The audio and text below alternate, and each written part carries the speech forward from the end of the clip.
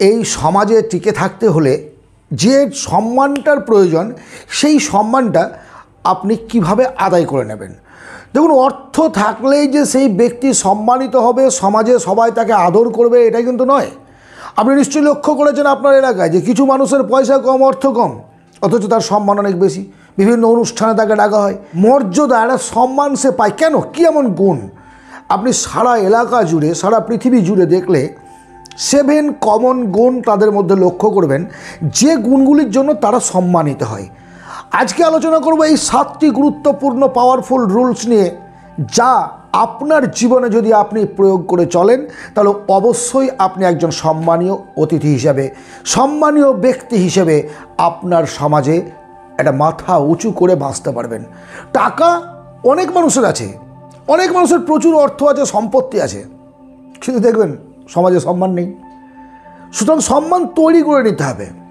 আর এই সম্মান তৈরিরই কিছু নিয়ম আজ আমি আপনাদের সঙ্গে আলোচনা করছি। প্রথম নিয়ম, treat others with kindness and respect. আপনি কি চান? সম্মান চান, তাই তো? যদি আপনি সম্মান পেতে চান, আপনি যেটা চান তাহলে সেটা আপনাকে দিতে হবে। আপনি সেটা না দিলে তো পাবেন না। আপনি কাউকে রেসপেক্ট করবেন না, শ্রদ্ধা জানাবেন না, ভালোবাসবেন না, আপনি পাবেন আশা করেন কী করে? সুতরাং যদি সম্মান পেতে হয় তাহলে আপনাকে প্রথমে সম্মান দিতে হবে। কাকে সম্মান দেবেন? আপনার থেকে যে বয়সে বড় থাকে, আর ছোটোটাকে আপনি সালা বলে গাল দেবেন না। সম্মান যথাযোগ্য স্থানে যথাযোগ্যভাবে দিতে হবে। এটা যদি সম্মানিত আপনি হতে চান এলাকায়, তাহলে করতে হবে। আমরা ছোট ছোট জায়গায় অনেক বড় বড় ভুল করি। যেমন ধরুন, কোনো একটা রেস্টুরেন্টে খেতে গেছেন, যে বয়টা আপনাকে খাবার দিল, যদি তাকে আপনি থ্যাংক ইউ বলেন, ইজ্জত কমে যাবে। মানে কফি স্টলে কফি খাচ্ছেন, চা খাচ্ছেন, ছেলেটিকে থ্যাংক ইউ বলে আসার সময় যদি থ্যাংক ইউ বলে আসেন, ইজ্জত কমে যাবে। মুদির দোকানে যে ছেলেটি কর্মচারী, যে আপনার ব্যাগে মালগুলো গুছিয়ে ভরে দিল, তাকে যদি ধন্যবাদ জানান, তাহলে কি আপনার ইজ্জত চলে যাবে? কিন্তু আপনার ওই একটা থ্যাংক ইউ আপনাকে 1000 গুণ ভালোবাসা এনে দিবে। কারণ প্রত্যেকটা মানুষ সম্মান চায়, তার অর্থ থাক বা না থাক। যখন আপনি তাকে শ্রদ্ধা জানাচ্ছেন, সম্মান জানাচ্ছেন, তখন অনুরূপভাবে ওই ব্যক্তিটির চোখে আপনি একজন শ্রদ্ধার পাত্র হলেন।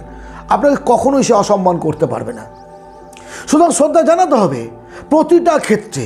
আপনার যারা বড়, তাকে বড়োর মতো সম্মান জানান, যে ছোট, তাকে ছোট সম্মান জানান। আমরা প্রায়শই এটা লক্ষ্য করি আমাদের পরিবেশের মধ্যে, যদিও এটাকে আমি সমালোচনার চোখে দেখি না, অনেক দাদু তার নাতি নাতনিকে সালাসালি বলে, নিশ্চয়ই বলে। আমাদের পরিবেশে এটা সিস্টেম, কালচার। আমি কিন্তু এটার বিরোধিতা করি। কারণ একটা বাচ্চা যখন তার মুখে কথা ফুটছে, সে কিন্তু জানে না ব্যাপারটা। সে জানলো সালা শব্দটা, এবার সে তার বাবাকে সালা বলছে, বা বাইরের একজন অতিথি এসছে তাকে সালা বলছে। কাকে কখন কীভাবে বলতে হয় জানে না, তার অপরাধ নয়। তাহলে এমন কোনো ভাষা আপনি প্রয়োগ করবেন না যাতে সেই ভাষাটাই আবার ইকোয়িং হয়ে আপনার কাছে ফিরে আসে। এই সমাজ যা কিছু দেবেন তাই ফিরে আসবে। সো যদি সম্মান পেতে চান, আগে সম্মান করতে শিখুন। আপনি অন্যকে সম্মান করলে অন্যরাও আপনাকে সম্মান করবে। Second point, be helpful. আচ্ছা, আপনি তো চান যে আপনার যখন কোনো বিপদ হবে তখন আপনার পাশে এসে কিছু মানুষ দাঁড়াক, আপনাকে সাহায্য করুক। কেন করবে? আপনি কারো পেছনে দাঁড়িয়েছেন? আপনি কি কাউকে কখনো সাহায্য করেছেন? যদি আপনি কারো সাহায্য চান, তাহলে আপনাকেও কাউকে সাহায্য করতে হবে। কীরকম সাহায্য? লাঠি, ফারসা, বন্দুক নিয়ে যুদ্ধের সাহায্য কথা বলছি না। পাড়ায় অসহায়, এলাকায় অসহায় কোনো মেয়ের বিয়ে হচ্ছে না, তাকে সাহায্য করুন। একজন অসুস্থ, হাসপাতালে নিয়ে যাওয়ার কেউ নেই, সাহায্য করুন। অর্থনৈতিক দিক থেকে একেবারে দুর্বল, খেতে পাচ্ছেন না, পারলে একটু খাবার দিন। সাহায্য শুধুমাত্র বম বন্দুক নিয়েই হয় না, তার পাশে গিয়ে দাঁড়ানো, তাকে সাহস জোগানোটাও একটা সাহায্য। কারো হয়তো অর্থ আছে, প্রচুর টাকার মালিক সে, কিন্তু একটা সঙ্গী চায়, কথা বলার লোকের প্রয়োজন হয়, আপনি তাকে হেল্প করুন। আপনি যদি হেল্প করেন, আপনি হেল্প পাবেন। অনুরূপভাবে আগেই বলেছি আমি, সম্মান জানালে সম্মান পাবেন। যদি সম্মানীয় একজন ব্যক্তি হতে চান আপনার এলাকায়, তাহলে আপনাকে অবশ্যই অন্যদের পাশে দাঁড়াতে হবে, অন্যদের সাহায্য করতে হবে। বিশেষ করে আনন্দের দিনে যান না যান, তার দুঃসময়ে গিয়ে জানাবেন। আপনি খবর পেলেন একজন পরিচিত আপনার কেউ, মেবি আপনার বন্ধু না, তার ছেলেও আপনার বন্ধু না, কিন্তু খবর পেলেন আপনার এলাকার একজন মারাত্মকভাবে রোগাক্রান্ত, বেশি দিন বাঁচবে না। আপনার কর্তব্য তাকে গিয়ে দেখে আসা। মৃত্যুর পরে অনেকেই যায়, মৃত্যুর পরে লোক দেখানোর জন্য অনেকেই যায়, সে আপনি শ্মশানে বলুন বা গোরস্থানে বলুন। বাট যখন অসুস্থ বিছানায় পড়ে আছে তখন তাকে দেখতে যাওয়ার লোক থাকে না। বিছানায় শুয়ে শুয়ে সে কাতরায় যে আমাকে কেউ আসুক, দেখুক, একবার এক ঝলক দেখতে পায় কাউকে। এগুলো তো করা যায় নাকি? না, এগুলো তো কঠিন কাজ কিছু নয়। এইটা আপনাকে কিন্তু করতে হবে, মানুষের পাশে দাঁড়াতে হবে, মানুষকে সাহায্য করতে হবে যদি আপনি জীবনে সম্মানিত একজন ব্যক্তি হতে চান। Smile open and don't rise your voice. যদি সম্মানিত হতে চান তাহলে মুখে একটা হাসি রাখুন। এই পৃথিবী জয় করা যায় হাসির সাহায্যে। হাসির মূল্য এতটাই। শিশু, ফুল আর হাসি সৃষ্টিকর্তার তিনটে পবিত্র জিনিস। এখন কথা হচ্ছে, আপনি মরা বাড়িতে গিয়ে হাসবেন? কখনোই ভুল করবেন না, সেটা থাপড়ে লাল করে দেবে। আপনি শ্মশানে গিয়ে হাসবেন, সেটা যেন ভুল করেও না হয়। তাহলে হাসিটা আপনার একটা আইডেন্টিটি। এই যে বেশ হাসি খুশি মানুষ, হ্যাঁ বাড়িতে অশান্তি হয়, অশান্তি হয়েছে, হয়, প্রত্যেকের বাড়িতে হয়, অফিসে ঝামেলা হয়, কিন্তু তাই বলে সেই ঝামেলাটাকে মস্তিষ্কের মধ্যে পুশ করে নিয়ে মুখে একদম বিষণ্ণ বাংলার পাঁচ করে রাস্তায় ঘুরে বেড়াবেন আর লোকের কাছে আপনি সম্মান আশা করবেন, সেটা হতে পারে না। যাচ্ছেন, যাওয়া আসার পথে যাদের সঙ্গে দেখা হবে একটু হেসে কুশল বিনিময় করুন না, দাদা কেমন আছেন, বা বাড়ির লোক কেমন আছে, বাবা কেমন আছে। মুখে মৃদু হাসি, কৃত্রিম নয়, এটার অভ্যাসে পরিণত হবে। সবসময় 24 ঘন্টা যদি মুখটাকে, সেটাও কিন্তু আপনার কষায় ব্যথা হয়ে যাবে, সেটা ঠিক না। একটা নর্মাল হাসি আপনাকে আপনার মুখের মধ্যে রাখতে হবে। আর কি বললাম, যে কখনো প্রয়োজনের থেকে উঁচু গলায় কথা বলবেন না। একজন কম কানে শোনা লোক, তাকে যদি আপনি কথা বলেন আপনাকে একটু জোরে বলতে হবে। একটা বাচ্চা ছেলের কাছে গিয়ে চিৎকার করে কথা বলছেন যার কানের পর্দাটা অত্যন্ত পাতলা। অর্থাৎ কখন কোথায় কিভাবে ভয়েসটাকে ইউজ করতে হবে সেটা আপনাকে জানতে হবে। কথার মধ্যে মিষ্টতা তখনই আসে যখন নমনীয়ভাবে কথা বলা হয়, গলা নামিয়ে কথা বলা হয়। গলা নামিয়ে কথা বললেন মানে এই নয় যে আপনি দুর্বল। আপনি কাউকে বোঝাতে চাইলে কথাটা সুন্দরভাবে বললে আপনি বোঝাতে পারবেন। প্রয়োজন কি সম্মান নেওয়া, সম্মানটা কেন দেবে, এই শোন, এইভাবে প্রয়োজনটা কি বস, আরে শোন এখানে কেমন আছিস, বাবা কেমন আছে, বলা যায় না এভাবে কথা, বলা যায়। অভ্যাস যদি না থাকে আস্তে আস্তে অভ্যাস করুন। আপনি সম্মান চান বলে আমার এই ভিডিওটা দেখছেন, আর সম্মান যদি পেতে হয় যেগুলো বলছি আপনাকে মেনটেন করে চলতে হবে। এইগুলো ওই বাজার থেকে কিনে নিয়ে আসে, জানো 2 কেজি সম্মান নিয়ে আসিস তো, 2 কেজি ইজ্জত নিয়ে আসিস তো, এগুলো হয় না, অর্জিত জিনিস। এগুলো আদায় করে নিতে হয়, এগুলো ছিনিয়ে নেওয়া যায় না, আদায় করে নিতে হয়। আর আদায় করার জন্য এগুলো আপনাকে করতে হবে। 4th point, make time for others. আমরা প্রত্যেকেই চাই যে কোনো মানুষ আমাকে যেমন সম্মান জানাবে তেমনি যেন আমাকে একটু সময় দেয়। আমি কারোর সঙ্গে গল্প করবো, দাদা আমার সময় নেই, পরে আসছি, চলো, আমার মধ্যে বিরক্তি আসবে তো।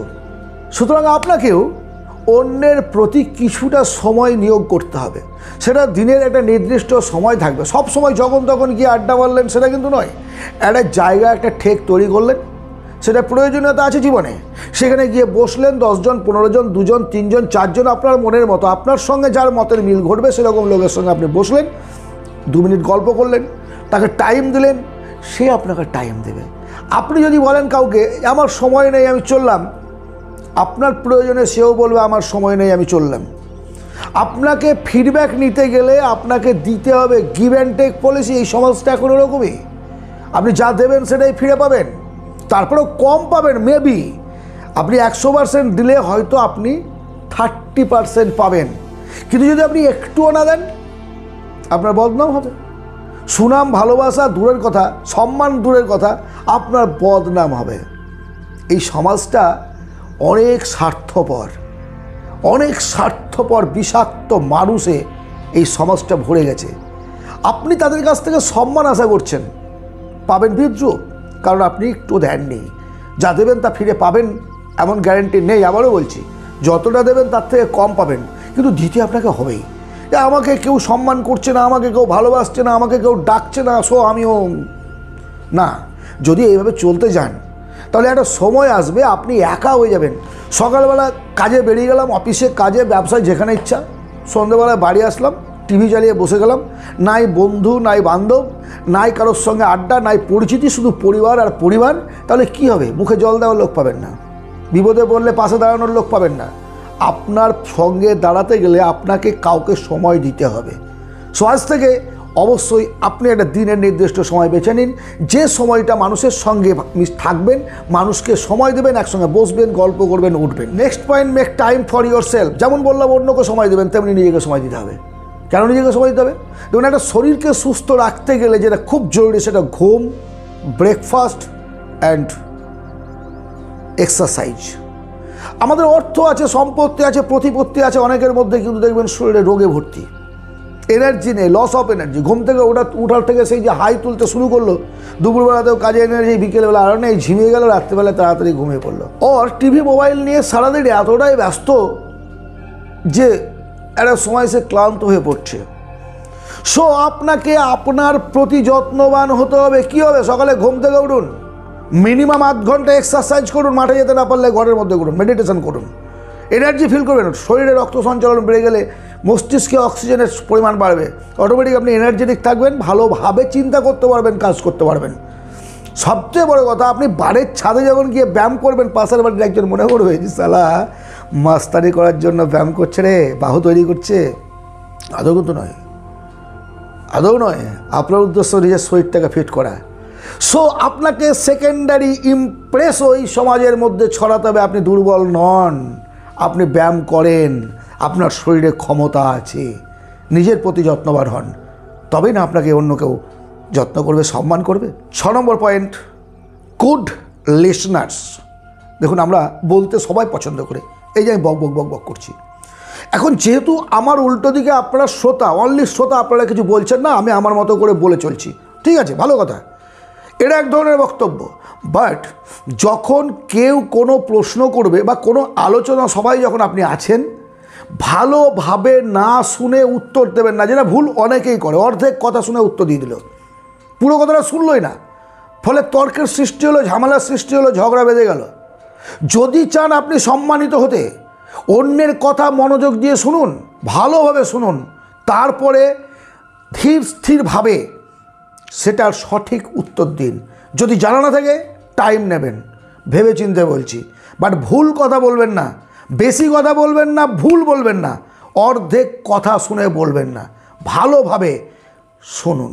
যদি আপনি সকলের প্রিয় হতে চান, আপনাকে একটা ভালো শ্রোতা হতে হবে। ভালো বক্তা হতে গেলেও ভালো শ্রোতা হতে হবে। কেন? অন্যের কথা অবজার্ভ করবেন, হজম করবেন, তাই তো আপনার বেরিয়ে আসবে মুখ দিয়ে। গার্বেজ ভরবেন, গার্বেজ বেরিয়ে আসবে, ভালো কিছু ভরবেন, ভালো বেরিয়ে আসবে। সো তার ভালোগুলোকে নিন, শুনুন, শোনার পর আপনি আপনার মতামত ব্যক্ত করুন। 7th point, don't make excuse. দুর্দান্ত পয়েন্ট এই লাস্ট পয়েন্টটি, আমরা প্রত্যেকেই জানি। কি জানি? অজুহাত দিতে। অফিস আসতে দেরি হয়ে গেছে, বাড়িতে হয়তো ঝামেলা হচ্ছিল, বা রান্না করতে দেরি হয়েছে, অফিসে ঢুকতে দেরি, বস জিজ্ঞেস করলো কী আবার ট্রেন পাইনি, বাস পাইনি, মিথ্যে কথা। সেটা একদিন চালালেন, দ্বিতীয় দিন, তৃতীয় দিন, পঞ্চম দিন, চতুর্থ দিন। আরে দিন বাই দিন এইভাবে আপনি অজুহাত দেবেন? শুধু অফিসের ক্ষেত্রে নয়, কোনো একটা মিটিংয়ে আপনাকে ডেকেছে, আপনি গেলেন না, কেন গেলেন না? জিজ্ঞেস করলো আপনাকে, আর বললো না দাদা পেট খারাপ হয়েছিল। আবার কেউ জিজ্ঞেস করলো, এই দাদা আপনার সঙ্গে দরকার আছে, আমি একটু মিট করবো বা দেখা করবো। না না, আমি থাকছি না, আজকে মারি দিতে যাবো বা শ্মশানে যাবো, বা আমার একটা আত্মীয় মারা গেছে, আমি যাবো। আমি জানি, এরকম অনেককে জানি আমি, যারা এই ধরনের আচরণ করে। এটা ফলে কী হয়, একটা সময় তাদের কাছে কেউ যেতেই বন্ধ করে দেয়, পাত্তাই দেয় না। মানে মিথ্যে অজুহাতটা কখনো খাড়া করবেন না। মিথ্যে অজুহাত খাড়া করা মানে আপনি নিজের কাছে, আপনি একটা মিথ্যেবাদী হয়ে গেলেন, নিজের কাছে একটা দুর্বল হয়ে গেলেন। সত্যি কথা বলুন, একদিন দুদিন চলে, কিন্তু পার্মানেন্টলি এভাবে হয় না। কেউ আপনার কাছে সাহায্য চাইতে আসলো, অর্থনৈতিক হোক বা শক্তির হোক, আপনি দিতে পারবেন না, বেশ ভালো কথা না বলুন যে ভাই আমি পারবো না দিতে, আমার কাছে নেই, তাই বলে মিথ্যে বলবেন আপনি? মিথ্যে ঢাকা থাকে না, শাক দিয়ে মাছ ঢাকা যায় না, তেমনি অজুহাত দিয়ে আপনি মিথ্যেটাকে ঢাকতে পারবেন না। আজ থেকে যদি এই প্রকৃতিতে সম্মানিত হতে চান, অজুহাত দেওয়া বন্ধ করুন। আমাদের অনেকগুলো হাতের মধ্যে সবচেয়ে শয়তান হাত হচ্ছে অজুহাত।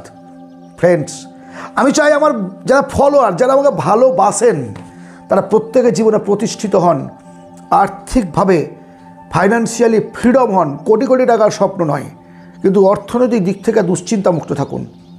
আপনাদের শরীর স্বাস্থ্য ভালো থাকুক, সম্মানের সঙ্গে যেন মাথা উঁচু করে বাঁচতে পারেন। যদি আমার এই আলোচনা আপনাদের পছন্দ হয়, একটা লাইক করবেন, সাবস্ক্রাইব করবেন, বন্ধুবান্ধবদের মধ্যে শেয়ার করবেন, কমেন্ট করতে ভুলবেন না। আপনাদের কমেন্ট আমার ইন্সপিরেশন। ভালো থাকবেন, আনন্দে থাকবেন।